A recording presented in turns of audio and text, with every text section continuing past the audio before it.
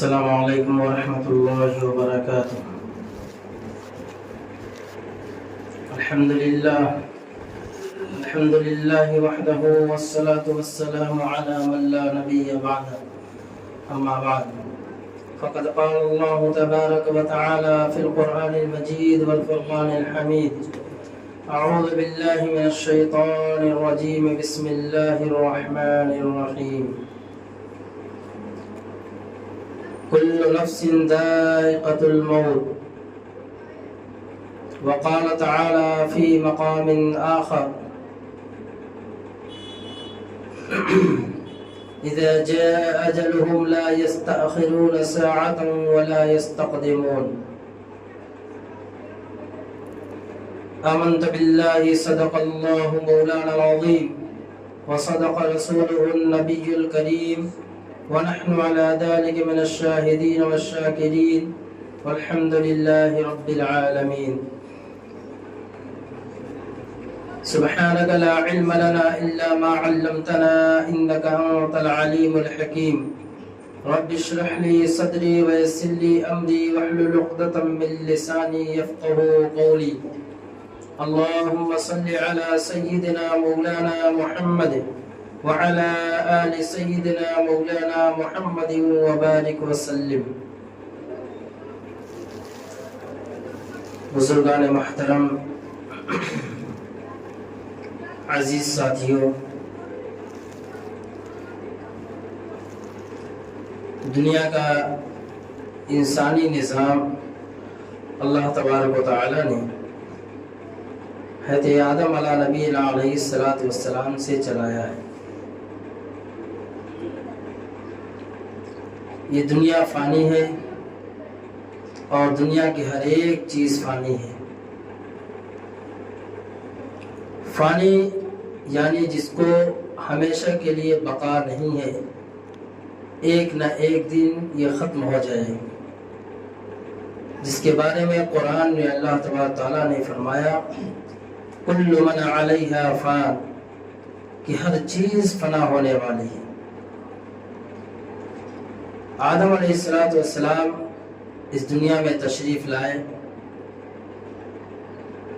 کچھ وقت گزارنے کے بعد وہ اس دار فانی سے کوچ کر کے دار البقا کی طرف ہجرت کر گئے۔ اسی طرح آپ کے بعد آپ کی نسلیں آباد ہوئی، کچھ وقت دنیا میں گزارا، پھر وہ بھی چلے گئے۔ یعنی اس دنیا میں آنا اس بات کی علامت ہے کہ ہمیں یہاں سے کوچ کرنا ہے۔ ہمارا وجود یہ بتلا رہا ہے کہ ہمیں اس فانی دنیا کو چھوڑ کر دار البقا کی طرف جانا ہے، جہاں سے پھر کبھی واپس نہیں آنا ہے۔ دنیا کی زندگی بہت مختصر زندگی ہے، جس کے بارے میں قرآن نے فرمایا قل متاع الدنیا قلیل، کہ دنیا کی زندگی ایک تھوڑا سا ساز و سامان ہے، جو ابھی ہے کل ختم ہو جائے گا۔ زندگی کی مثال علماء کرام نے ایسے دی ہے کہ یہ ایک ٹمٹماتا ہوا چراغ ہے۔ اس ٹمٹماتے ہوئے چراغ کو ایک ہوا کے جھونکے کی ضرورت ہے۔ جس وقت ہوا کا جھونکا آئے گا فوراً وہ چراغ بجھ جائے گا۔ ہوا کے جھونکے کا منتظر، ہوا کے جھونکے کا محتاج وہ چراغ جس وقت ہوا لگے گی فوراً وہ گل ہو جائے گا، فوراً بجھ جائے گا۔ ایسے ہی انسان کی دنیا کی زندگی ہے کہ موت کا فرشتہ ہر ایک کے سر پہ منڈلا رہا ہے۔ موت ایک ایسی حقیقت ہے کہ دنیا میں ہر چیز کا انکاری موجود ہے. اللہ کا انکار کرنے والا موجود ہے، رسول اللہ کا انکار کرنے والا موجود ہے، کتاب اللہ کا انکار کرنے والا موجود ہے. اسی طریقے سے انسان کے آپس کے نظریات میں اختلافات ہیں، انسان کے آپس کے کام دھندے میں اختلافات ہیں، ہر شعبے ہر نشر و اشاعت میں اختلاف ہے. لیکن موت ایک ایسی اٹل حقیقت ہے جس میں کسی کا اختلاف نہیں. چاہے وہ اس ملک کا رہنے والا مسلمان ہو، چاہے جاپان، پیرس، امریکہ اور افریقہ کے رہنے والے یہود و نصارہ ہوں، چاہے دنیا کے کسی بھی ملک کے کسی بھی کونے میں رہنے والا انسان ہو، کسی بھی مذہب و دھرم سے تعلق رکھنے والا ہو، اس کو موت سے انکار نہیں ہے. اس کو اس بات کا موت کا پکا یقین ہے کہ ایک دن آئے گا یہ میری زندگی کا چراغ گل ہو جائے گا. موت ایک ایسی اٹل حقیقت ہے. لیکن کیا کبھی ہم نے اس بات پہ غور کیا کہ موت کی حقیقت کیا ہے اور موت کیا چیز ہے؟ موت کی حقیقت کیا، موت کیا چیز ہے؟ موت اپنا تعارف خود کرا رہی ہے. موت اپنا تعارف خود کراتی ہے کہ انا الذی موت بین الاخ و اخوتین، کہ میں ہی موت ہوں جو بھائی بھائی سے جدا کر دیتی. انا الموت الذی بین الفرق بین الولد والامہات، کہ میں ہی وہ موت ہوں کہ جو ایک ماں کو باپ سے جدا کر دیتی. انا الموت الذی بین الزوج والزوجہ، موت اپنا تعارف کرا کہ میں ہی وہ موت ہوں جو بیوی کو شوہر سے جدا کر دیتی. اور کبھی کہتی ہے میں ہی وہ موت ہوں جو باپ کو اولاد سے جدا کر دیتی. میں ہی وہ موت ہوں جو ایک بھائی کو بہن سے جدا کر دیتی. میں ہی وہ موت ہوں، انا الموت الذی یخرب القصور، میں ہی وہ موت ہوں جو چمکتے ہوئے دمکتے ہوئے محلات کو چند لمحوں میں ویران کر دیتی. موت اپنا تعارف کرا رہی. دنیا کا دستور تو یہ ہے کہ اگر ہمارے پاس کوئی مہمان بھی آنے والا ہوتا ہے تو پہلے ہمیں وہ مہمان ہمیں اس کی خبر اطلاع دیتا ہے کہ میں آنے والا ہوں. پولیس کمشنر ڈپارٹمنٹ کسی کو بلاتا ہے، کسی کو بلانا چاہتا ہے تو اس کو نوٹس بھیجتا ہے. استاد گارجین کو بلانا چاہتے ہیں تو بچے کے ذریعے سے یا کسی طریقے سے اس کو اطلاع کر دیتے ہیں. لیکن موت ایک ایسی حقیقت ہے کہ ہمارے دیکھنے میں یہ بغیر اطلاع کے آتی ہے، لیکن موت خود کہتی ہے. حضرت موسیٰ نبی علیہ السلام کا واقعہ ہے. موسیٰ علیہ السلام کے پاس اللہ تبارک تعالیٰ نے ملک الموت کے فرشتے کو بھیجا اور یہ کہا کہ جاؤ موسیٰ علیہ السلام سے کہو کہ اللہ نے بلایا ہے. موت کا فرشتہ آیا اور آ کر کے ایک دروازہ کھٹکھٹایا. موسیٰ علیہ السلام نے دروازہ کھولا، پوچھا کیا بات ہے؟ کہا کہ میں ملک الموت ہوں۔ کہا کہ کوئی اطلاع نہیں، کوئی خبر نہیں، کوئی نوٹس نہیں، کوئی چٹھی نہیں بھیجا، اور یوں ہی اچانک آدم کے۔ چنانچہ روایت میں لکھا ہے کہ موسیٰ علیہ السلام کو اللہ تبارک و تعالیٰ نے اپنا بڑا قرب عطا فرمایا تھا۔ نبی تھے، کلیم اللہ لقب تھا، اللہ کے بڑے لاڈلے پیارے نبی تھے۔ جب چاہتے اللہ تبارک و تعالیٰ سے باتیں کر لیا کرتے، ہر وقت اللہ سے ماہر گفتگو رہتے تھے۔ کوئی کچھ کہتا، کوئی درخواست کرتا، فوراً اللہ تبارک و تعالیٰ کے سے جا کر باتیں کرتے اور براہ راست اللہ تبارک و تعالیٰ سے کام کو پورا کرواتے۔ تو موسیٰ علیہ السلام نے ملک الموت کی جب یہ زبان سے سنا کہ میں موت کا فرشتہ ہوں، تمہاری روح قبض کرنے کے لیے آیا ہوں، تو انہوں نے ہمارے جلال میں آ کر کے اس ملک الموت کے فرشتے کو ایک تھپڑ لگایا۔ اب موت کا فرشتہ اللہ تبارک تعالیٰ کے پاس گیا دوبارہ۔ اللہ نے پوچھا کیا بات ہے، خالی ہاتھ آ گئے؟ کہا کہ باری تعالیٰ آپ نے کس کے پاس بھیجا تھا؟ کہا کیا بات ہوئی؟ کہا کہ اس نے کہا کہ بغیر اطلاع کے، بغیر نوٹس کے آ گئے۔ کہا کہ جاؤ کہو، بتلا دو موسیٰ علیہ السلام سے کہ میں جتنی نوٹس بھیجتا ہوں، میں جتنی اطلاع دیتا ہوں، دنیا کا کوئی نظام سنبھالنے والا اتنی اطلاع اور نوٹس نہیں دیتا ہے۔ اور جا کر کے کہو کہ تمہارے بال کا سفید ہونا اس بات کی علامت ہے کہ اب تمہارے پاس موت کا فرشتہ آنے والا ہے۔ تمہارے بیٹے اور پوتوں کا دنیا میں وجود ہو جانا اس بات کی علامت ہے کہ تمہارے پاس موت کا فرشتہ آنے والا ہے۔ تمہارے پاس بیماریاں آتی ہیں، اس بات کی علامت ہے کہ تمہارے پاس موت کا فرشتہ آنے والا ہے۔ اور انسان ہے کہ موت کو بھولے بیٹھا ہے۔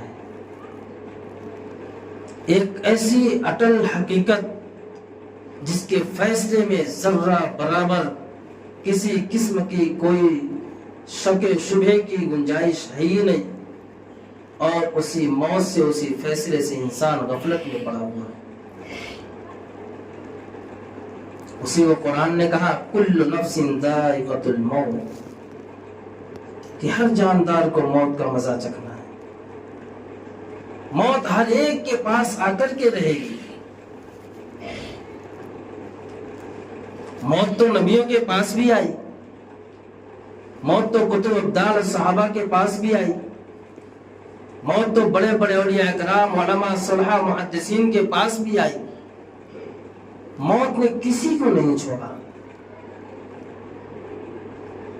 موت ہر ایک کے پاس آئی۔ موت امام الانبیاء، سرور کونین، خاتم النبیین صلی اللہ علیہ وسلم کے پاس بھی آئی۔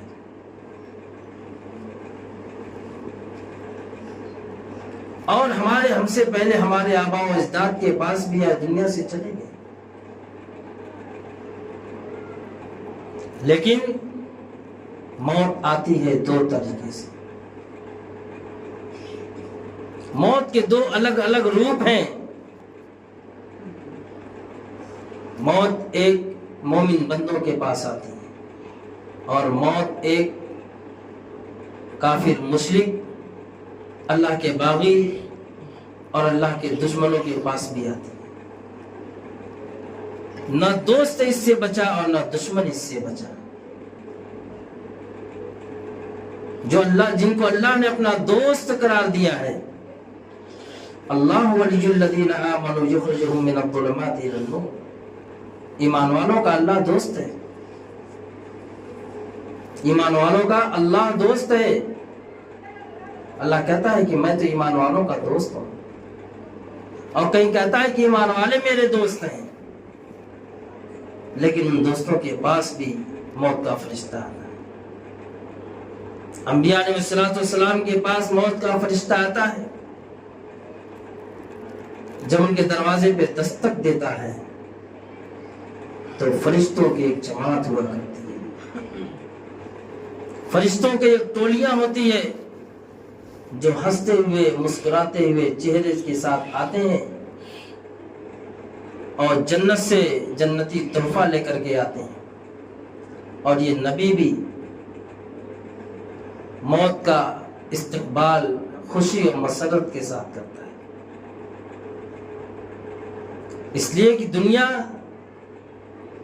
ایک فانی چیز ہے، اور دنیا کی زندگی کا مقصد اللہ کی ملاقات ہے، اللہ کی رضا ہے۔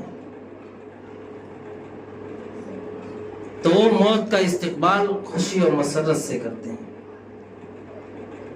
پھر اللہ تبارک و تعالی کے حکم سے موت کا فرشتہ ان کے فانی جسم سے روح قبض کرتا ہے۔ خوشی اور مسرت کے ساتھ اللہ تبارک و تعالی ان کی روح کو ان کے تن سے جدا کرتے ہیں۔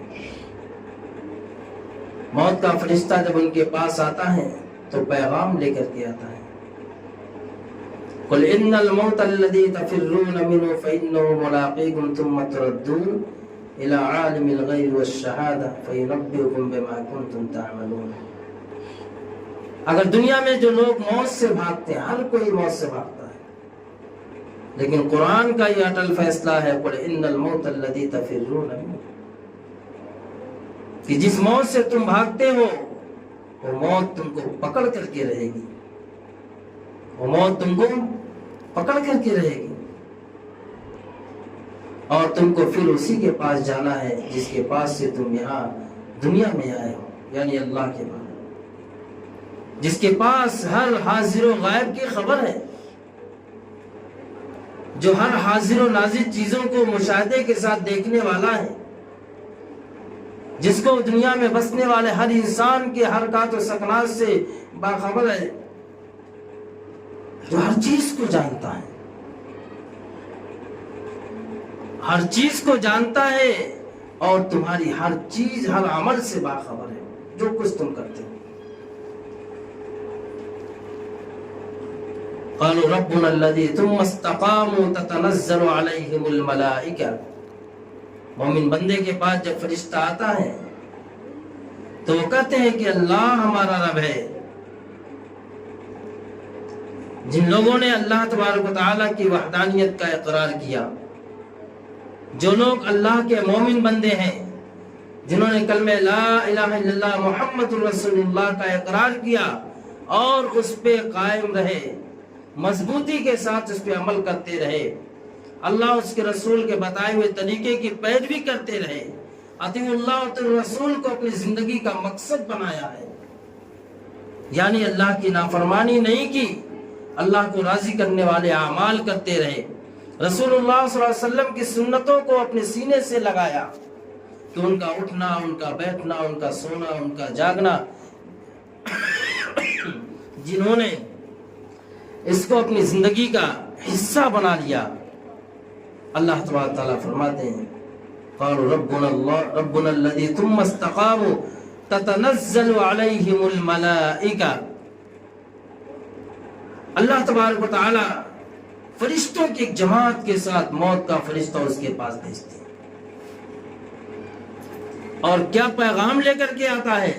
اللہ تخافوا ولا تحزنوا، ڈرنے کی کوئی بات نہیں، غم نہ کیجیے، گھبرائیے مت، اللہ تخافوا ولا تحزنوا، پھر کیوں نہ گھبرائے، کیوں نہ ڈرے، وابشروا بالجنة التي كنتم توعدون۔ جس کلمہ کو پڑھ لینے کے بعد تم نے اس کے اوپر استقامت اختیار کی، تم نے اس کلمہ کے دائرے میں رہ کر کے زندگی گزاری، زندگی میں کسی کو اللہ کا شریک نہیں ٹھہرایا، زندگی میں کسی کے سامنے، کسی غیر کے سامنے ناک اور پیشانی کو نہیں جھکایا، جب بھی جھکایا تو اللہ کے گھر میں آ کر کے سجدہ ریز ہوا، جب بھی ہاتھ اٹھایا تو اللہ سے مانگا، جب بھی اپنی حاجتوں کو کسی کے سامنے اگر پیش کرنا چاہا تو اللہ کے سامنے کرنا چاہا، جب بھی زبان سے کچھ بول بولا تو سچائی کے بول بولا، جب آنکھوں سے جب اپنی آنکھیں کھولا صبح ہوتے ہوئے تو اپنی آنکھوں کو بدنظری سے بچایا، جب دلوں کی سوچ اور سمجھ کو، فکروں کو بدلا تو اللہ کی یاد میں ڈوب گیا، تو اللہ کہتا ہے وَابْشِرُوا بِالْجَنَّةِ الَّتِي كُنْتُمْ تُوعَدُونَ، اللہ اپنے وعدے میں سچا اور پکا ہے۔ اللہ کہتا ہے اے مومنوں خوشخبری سن لو، جس جنت کا وعدہ اللہ تبارک و تعالیٰ نے تم سے کیا تھا اب وہ جنت تمہارا ٹھکانہ بن چکی ہے۔ وَابْشِرُوا بِالْجَنَّةِ الَّتِي كُنْتُمْ تُوعَدُونَ نَحْنُ أَوْلِيَاؤُكُمْ فِي الْحَيَاةِ الدُّنْيَا وَفِي الْآخِرَةِ، اللہ تبارک تعالیٰ فرماتے ہیں اور جنہوں نے کہا کہ ہم اللہ دنیا میں ہمارا دوست ہے اور آخرت میں بھی اللہ ان کا دوست ہے، جنہوں نے دنیا میں اللہ کو اپنا دوست بنا لیا اللہ تبارک و تعالیٰ آخرت میں ان کو اپنا دوست بنائے گا۔ نحن اولیاؤکم فی الحیات الدنیا وفی الآخرہ وَلَكُمْ فِيهَا مَا تَشْتَهِي أَنفُسُكُمْ وَلَكُمْ فِيهَا مَا تَدَّعُونَ، اللہ فرماتے ہیں وَلَكُمْ فِيهَا مَا تَشْتَهِي أَنفُسُكُمْ، اب جنہوں نے دنیا میں رہتے ہوئے اپنی جانوں کو تمام رذائل سے، تمام جرائم سے، تمام گناہوں سے محفوظ رکھا، اللہ تبارک و تعالیٰ ان کو جنت میں آزادی کی زندگی دے گا۔ وہاں تمہاری خواہشات کے مطابق، تمہاری تمناؤں کے مطابق تمہاری ضرورتیں پوری کی جائیں گی۔ نحن اولیاؤکم فی الحیات ولکم فیہا ما تشتہی انفسکم ولکم فیہا ما تدعون نزلا من غفور الرحیم، اس لیے کہ اللہ تبارک و تعالیٰ غفور الرحیم ہے، جو نیک اعمال کرتا ہے اللہ تبارک و تعالیٰ اس نیک اعمال کی بدولت ان کے گناہوں کو معاف کر دیتے ہیں۔ اللہ دنیا میں بھی ان کے ساتھ رحم و کرم کا معاملہ فرماتے ہیں اور آخرت میں بھی رحم و کرم کا معاملہ فرمائیں گے۔ لیکن ہماری اپنی زندگی پہ افسوس ہے۔ رسول اللہ صلی اللہ علیہ وسلم نے فرمایا کہ لذتوں کو توڑ دینے والی چیز یعنی موت کو کثرت سے یاد کیا کرو۔ لذتوں کو توڑ دینے والی چیز یعنی موت کو کثرت سے یاد کیا کرو۔ موت یاد کرنے کی چیز ہے، موت بھولنے کی چیز نہیں ہے۔ آج دنیا میں بسنے والے انسانوں نے موت کو بھلا دیا۔ آئے دن ہم دیکھتے ہیں کہ لوگ اپنے کندھوں پہ جنازہ اٹھائے لے کے جا رہے ہیں، ان کو منو مٹی کے اندر دفن کر دیتے ہیں، تو کہا کہ موت کے اعلان کی کان میں آواز آنا اس بات کی علامت ہے کہ تم کو آگاہ کیا جا رہا ہے، خیال کرنا ایک دن تمہارا بھی اعلان ہونے والا ہے۔ راستہ چلتے ہوئے ایکسیڈنٹ کی خبر کا مل جانا یہ تمہیں یاد دلا رہا ہے، تمہیں آگاہ کر رہا ہے کہ ایک دن تمہارا بھی یہی حال ہو سکتا ہے۔ بہرحال موت ہر ایک کے پاس آ کر کے رہے گی، موت سے کسی کو چھٹکارا نہیں، اور موت کوئی عیب کی چیز نہیں ہے، موت تو مومن کے لیے تحفہ ہے، موت تو مومن کا تحفہ ہے۔ سیدنا حضرت بلال رضی اللہ تعالی عنہ جب ان کے موت کا وقت آیا، کفار و مشرکین نے جب انہیں نڈھال کر دیا ایک تو، یا پھر جب موت کا ان کا آخری زندگی کے آخری ایام آئے تو ان کی بیوی وہاں رونے لگی اور یہ کہا کہ یہ تو ہمارے لیے بڑی مصیبت کی چیز ہے کہ آپ کے آخری ایام آ چکے ہیں۔ تو حضرت بلال رضی اللہ تعالیٰ عنہ نے کیا کہا؟ حضرت بلال حبشی رضی اللہ تعالیٰ عنہ نے فرمایا کہ یہ میری چہیتی محبوبہ بیوی، یہ مصیبت کی گھڑی نہیں ہے، یہ تو میرے لیے شادمانی کا موقع ہے، یہ میرے لیے شادمانی کا موقع ہے کہ جب میری روح میرے تن سے جدا ہوگی تو یہ میرے محبوب کی ملاقات کا ذریعہ بنے گی۔ اب تو مجھے میرے محبوب اور میرے دوستوں سے ملنے کا موقع آ چکا ہے، یہ مصیبت کی گھڑی نہیں ہے۔ اسی لیے میرے عزیز ساتھیوں، مومن تو وہ ہے جو موت کو اپنے سینے سے لگاتا ہے،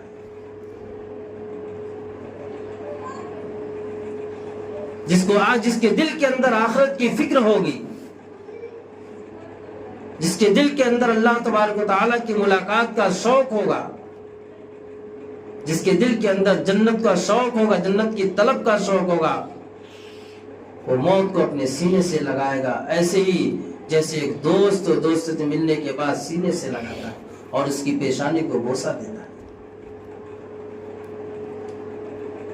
لیکن یاد رکھیں، جب یہی موت کسی فاسق و فاجر کے پاس جاتی ہے، کسی فاسق و فاجر کے پاس جاتی ہے، جو اللہ کے گھر سے دور ہیں، جنہوں نے نماز کو خیر بات کہہ دیا، جنہوں نے رسول اللہ صلی اللہ علیہ وسلم کی سنتوں کو پاؤں تلے روک دیا، جنہوں نے دینی تعلیمات سے اپنے آپ کو کوسوں دور رکھا، جنہوں نے قرآن کو ایسے ہی بند کر کے رکھ دیا کہ جیسے اب اس کی کوئی ضرورت ہی نہیں ہے، جب ایسے لوگوں کے پاس موت کا فرشتہ آتا ہے، وَلَوْ تَرَى إِذِ الظَّالِمُونَ فِي غَمَرَاتِ الْمَوْتِ، تو ایسی ڈراؤنی شکل میں، ایسی دہشتناک شکل میں آتا ہے، ایسی دہشتناک شکل میں آتا ہے کہ وہ مرنے والا انسان دیکھ کر دہشت میں آ جاتا ہے کہ ہائے میری بربادی، اب کیا ہوگا؟ اور وہ فرشتہ ہاتھ پھیلائے کہتا ہے، اے خبیث روح، خبیث جسم سے نکل اور میرے ہاتھ میں آ جا۔ پھر وہ جہنمی ٹاٹ میں لپیٹ کر کے لے کر کے جاتا ہے۔ آسمان کے دروازے نہیں کھولے جاتے ہیں کہ تمہارے لیے آسمان کے دروازے نہیں کھولیں گے، اس لیے کہ تو خبیث روح ہے، اسی خبیث جسم بدن کے اندر واپس لوٹ جا، اور پھر اس کو جہنم کا انگارہ بنا دیا جائے۔ تو موت کے دو الگ الگ روپ ہیں، ایک ہے ایمان پہ جم کر کے زندگی گزارنے والے کی موت، اور ایک ہے ایمان میں داخل ہونے کے بعد ایمانی اعمال سے دور ہو کر کے زندگی گزارنے والے کی موت، کفار و مشرکین کی موت۔ دونوں کے موت کے حالات آپ حضرات کے سامنے مختصر طور پر رکھ دیا۔ اللہ تبارک و تعالی ہمیں نیک اعمال اور اعمال صالحہ کرتے ہوئے زندگی گزارنے کی توفیق عطا فرمائے، اور مرنے کے بعد جنت الفردوس میں اعلیٰ مقام عطا فرمائے۔ وآخر دعوانا الحمد للہ رب العالمین۔